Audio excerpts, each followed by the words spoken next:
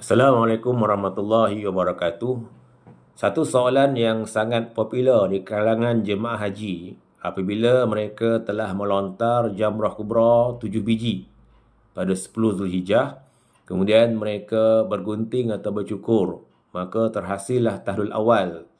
Daripada 13 larangan ihram, 10 daripadanya telah pun gugur. Kemudian mereka balik ke Mekah nanti, mereka tawaf, mereka sa'i.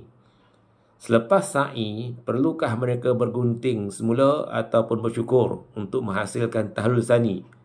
Maka jawapannya tidak perlu. Apabila seseorang itu telah menyempurnakan rukun, yakni bercukur atau berguntingnya di Mina, tidak perlu mengulangi semula pekerjaan rukun itu ketika di Mekah.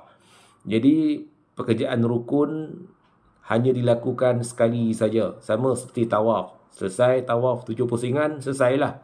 Tak perlulah ulang tawaf kali yang kedua. 7 pusingan lagi, tak perlu. Demikian juga sa'i. Samalah seperti bercukur atau bergunting. Apabila telah menyempurnakan lontaran jamrah kubra 7 biji semasa di Mina, seseorang itu akan bergunting atau bercukur, terhasil tahlul awal. Jadi balik ke Mekah nanti, dia hanya tawaf dan juga sa'i. Kemudian terhasillah tahlul sani. Tidak perlu mengulang kembali pekerjaan rukunnya, iaitu bergunting atau bercukur. Itulah jawapan ringkas yang dapat saya kongsikan. Sekian. Assalamualaikum warahmatullahi wabarakatuh.